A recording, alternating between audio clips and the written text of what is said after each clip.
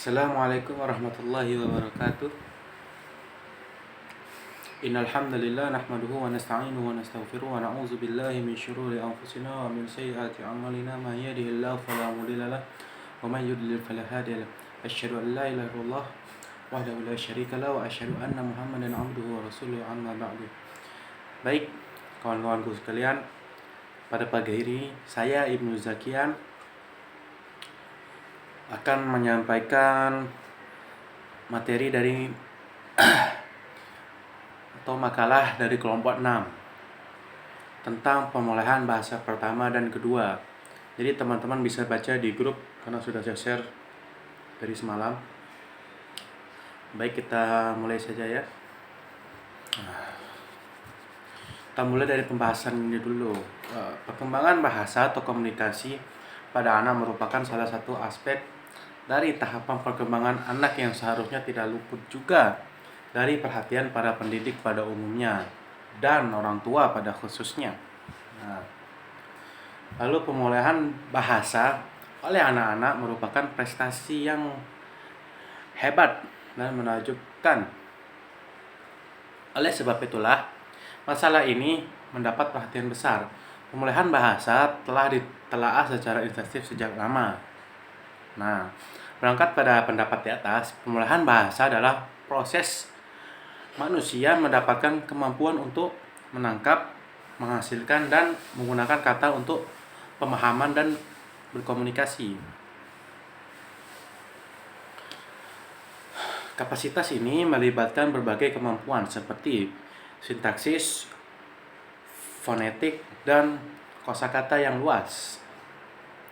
Lalu, bahasa yang diperoleh bisa berupa vokal seperti pada bahasa lisan atau manual seperti pada bahasa isyarat.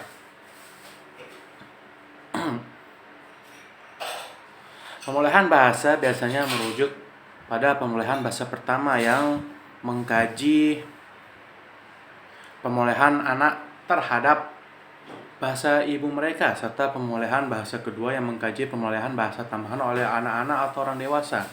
Banyak dari kita yang belum mengetahui bagaimana pemulihan bahasa pertama itu terjadi. Maka dari itu, dalam makalah ini saya akan bahas tentang pemulihan bahasa pertama dan bahasa kedua. Nah, kita mulai dari proses pemulihan bahasa pertama dulu. Jadi, di sini Chair berkata pemulihan bahasa pertama adalah proses yang berlangsung di dalam otak anak-anak ketika dia memperoleh bahasa pertamanya atau bahasa ibunya. Nah, pemulihan bahasa biasanya dibedakan dengan pembelajaran bahasa, yang dimana pembelajaran bahasa berkaitan dengan proses-proses yang terjadi pada waktu seorang kanak-kanak mempelajari bahasa kedua setelah dia memperoleh bahasa pertamanya. Jadi pemulihan bahasa berkenaan dengan bahasa pertama, sedangkan pembelajaran bahasa berkenaan dengan bahasa kedua. Nah, selama pemulihan bahasa pertama, Chomsky menyebutkan bahwa ada dua proses yang terjadi ketika seseorang anak-anak memperoleh bahasa pertamanya. Nah, proses yang dimaksud adalah proses kompetensi dan proses performansi. Nah, kedua proses ini merupakan dua proses yang berlainan. Maksudnya adalah kompetensi yaitu proses penguasaan tata bahasa seperti fonologi, morfologi, sintaksis, dan semantik. Nah, secara tidak disadari kompetensi ini dibawa oleh setiap anak-anak sejak lahir. Meskipun dibawa sejak lahir, kompetensi memerlukan pembinaan sehingga anak-anak memiliki performansi dalam berbahasa. Nah, performansi sendiri adalah kemampuan anak menggunakan bahasa untuk berkomunikasi.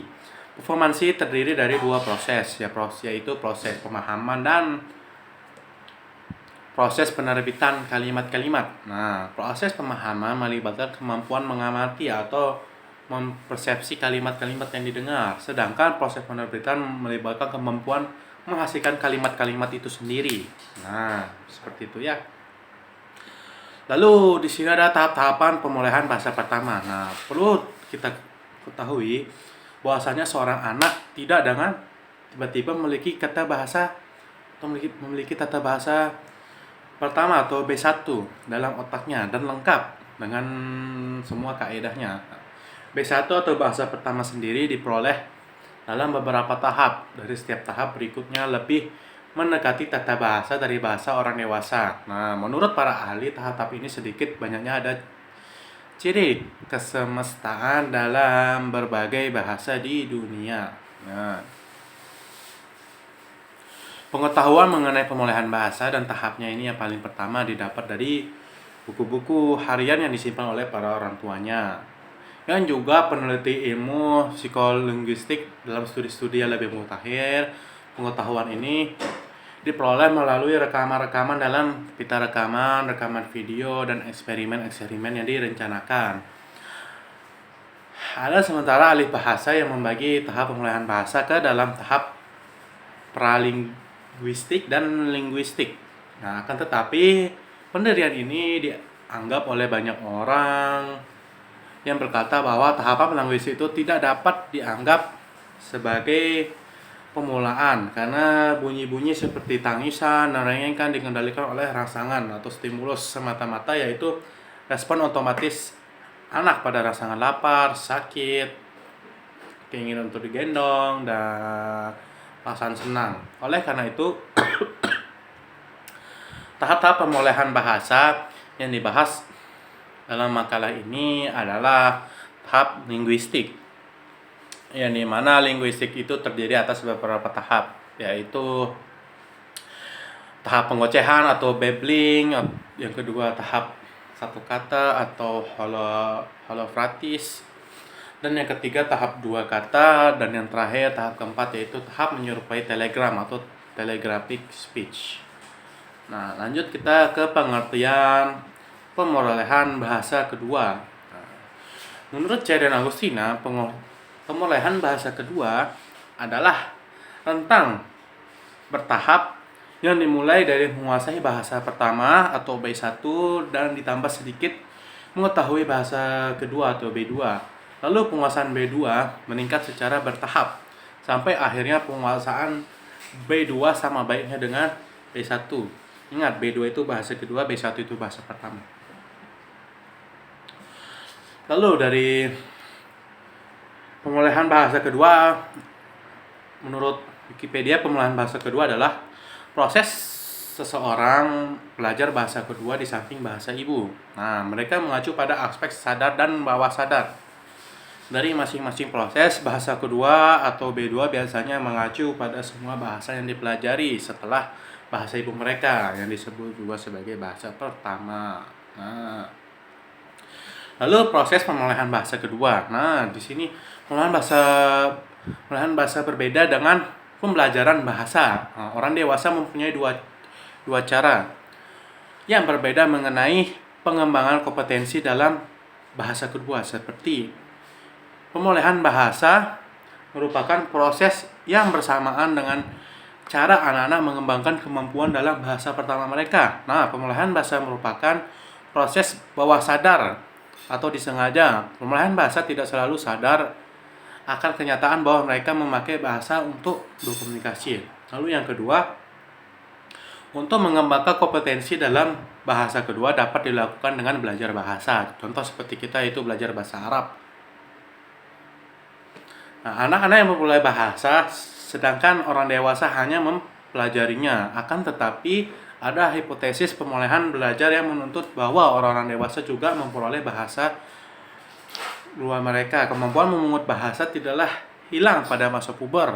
Nah, orang-orang dewasa juga dapat memanfaatkan sarana perolehan bahasa alamiah yang sama seperti yang dipakai anak-anak. Jadi, pemulihan merupakan suatu proses yang amat kuat pada orang dewasa. Baiklah, dari makalah di atas saya akan simpulkan bahwasannya pemulihan bahasa pertama adalah proses penguasaan bahasa itu sendiri oleh si anak. Selama penguasaan bahasa pertama ini terdapat dua proses yang terlibat, yaitu proses kompetensi dan proses performansi. Kedua proses ini tentu saja diperoleh oleh anak secara tidak sadar. Bahasa kedua diperoleh dan dipelajari dengan sadar, sedangkan pemulihan bahasa pertama diperoleh anak tanpa sadar dari kesehariannya bersama keluarganya. Sedangkan pemulihan kedua lebih dari kepada proses pemahaman belajar secara sadar. Nah, seperti kita belajar bahasa Arab di kampus, di pondok, atau di mana. Lalu, ciri-ciri pemulihan bahasa kedua yaitu bersifat klasikal dan adanya keterlibatan budaya. Karakteristik pembelajaran bahasa kedua tersebut meliputi yang pertama yaitu usia, intelijensi, kepribadian, emosi, sikap pembelajaran, terus motivasi dan minat dan bakat. Nah, lalu saran dari saya sebagai calon guru atau pendidik sebaiknya memahami betul apa dan bagaimana proses pemulihan bahasa baik yang pertama, kedua, dan lain sebagainya agar dapat memberikan pemahaman kepada murid-muridnya. Nah, baiklah, mungkin itu saja dari saya. Apabila ada kesalahan ucap, mohon dimaafkan. Wassalamualaikum warahmatullahi wabarakatuh.